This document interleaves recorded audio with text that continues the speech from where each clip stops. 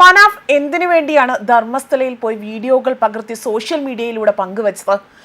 ലക്ഷ്യങ്ങൾ പലതായിരുന്നു എന്ന വിലയിരുത്തലുകളാണ് പുറത്തു വരുന്നത്. ധർമ്മസ്ഥല ആക്ഷൻ കമ്മിറ്റി അംഗം എന്ന പേരിൽ ചാനൽ ചർച്ചകളിൽ സജീവമായി പങ്കെടുക്കുന്ന മനാഫിന്റെ ബന്ധങ്ങൾ അന്വേഷിക്കണമെന്ന ആവശ്യം ശക്തമാകുന്നു.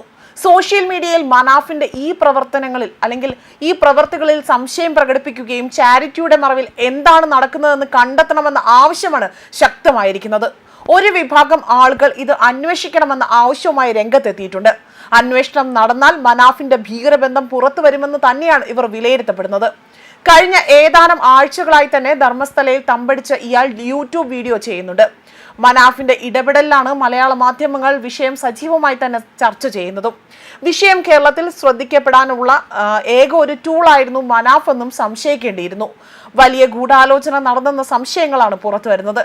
കഴിഞ്ഞ ദിവസം മനാഫ് ആകട്ടെ ഒരു സ്വകാര്യ ചാനലിന് അല്ലെങ്കിൽ ഒരു ഡിബേറ്റിൽ പങ്കെടുത്തുകൊണ്ടുള്ള വാക്കുകളൊക്കെ തന്നെ വിചിത്രമായ ഒരു അനുഭവമാണ് പങ്കുവച്ചിരിക്കുന്നത്. അതെല്ലാം തന്നെ ആളുകളിൽ, സോഷ്യൽ മീഡിയ ഉപഭോക്താക്കളിൽ എല്ലാവരിലും ഇത് സംശയത്തിന്റെ ഒരു കണിക തന്നെയാണ് കൊണ്ടിട്ടിരിക്കുന്നത്. അതുപോലെ കാണാതായ പെൺകുട്ടിയുടെ ഫോട്ടോ ചോദിച്ചെങ്കിലും ആക്ഷൻ കമ്മിറ്റി അംഗം മനാഫ് മറുപടി ഒന്നും തന്നെ ഇതിനുവേണ്ടി കൊടുക്കാതെ ഒഴിഞ്ഞു മാറുകയാണ് ഉണ്ടായത്. കാണാതായതാണ് എന്നും കൊല്ലപ്പെട്ടുവെന്നും പറയപ്പെടുന്ന അനന്യ ഭട്ടിന്റെ ചിത്രമാണ് തെളിവായി ചോദിച്ചത്. അമ്മ സുജാത ഭട്ട് തന്റെ അണ്ടറിലാണ് എന്നും മനാഫ് അവകാശപ്പെടുകയും ചെയ്തിരുന്നു. കൂടാതെ തനിക്കിപ്പോൾ അത്യാവശ്യം പവർ ഉണ്ടെന്നാണ് ഇദ്ദേഹം അവകാശപ്പെട്ടിരിക്കുന്നത്. 5 മാസം മുൻപായിരുന്നു ജസ്റ്റിസ് ഫോർ സൗജന്യയുടെ ആളുകൾ എന്നെ സമീപിച്ചു എന്ന വിഷയം എടുത്തു കാണിച്ചുകൊണ്ട് അല്ലെങ്കിൽ ഇടപെടൽ ആവശ്യപ്പെട്ടു എന്ന് പറഞ്ഞുകൊണ്ട് മനാഫ് ഇക്കാര്യങ്ങൾ പറയുന്നത്. ഷിരൂരിൽ പണ്ട് ലോറി അപകടമുണ്ടായപ്പോൾ അർജുൻ എന്ന ലോറി ഡ്രൈവർ മരിച്ച കേസിൽ പോലും അർജുന്റെ വീട്ടുകാർ തള്ളിപ്പറഞ്ഞ വ്യക്തി കൂടിയാണ് ഈ മനാഫ്. ധർമ്മസ്ഥലയെക്കുറിച്ച് ഭീതി പരത്തുന്ന വിവരങ്ങളാണ് ആദ്യം മുതൽക്കേ തന്നെ ഇയാൾ നൽകിയിരുന്നത്. മാത്രമല്ല ധർമ്മസ്ഥലയിൽ 100 കണക്കിന് സ്ത്രീകളുടെ മൃതദേഹങ്ങൾ മറവ് ചെയ്തു എന്ന ആരോപണത്തിൽ അന്വേഷണം തുടങ്ങിയിട്ട് ദിവസങ്ങൾ കുറെ അധികമായി തന്നെ പിന്നിടുന്നു.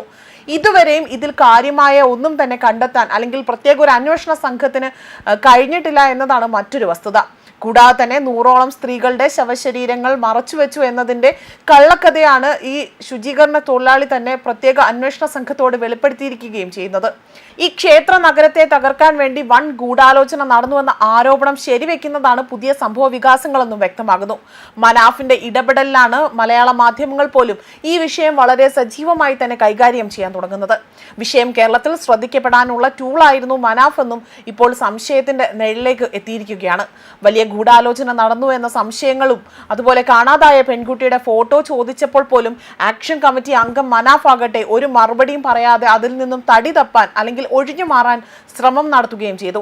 കാണാതായെന്നും അല്ലെങ്കിൽ കൊല്ലപ്പെട്ടുവെന്നും പറയപ്പെടുന്ന അനന്യ ഭട്ടിന്റെ ചിത്രമാണ് തന്റെ കയ്യിൽ തെളിവായി ഉണ്ടായിരുന്നതെങ്കിലും എന്ന് പറയുകയും ചെയ്യുന്നു. എന്നാൽ തന്റെ കയ്യിൽ അത് തെളിവായി കാണിക്കാൻ പോലും മനാഫിന് കഴിഞ്ഞില്ല എന്നതാണ് മറ്റൊരു വസ്തുത.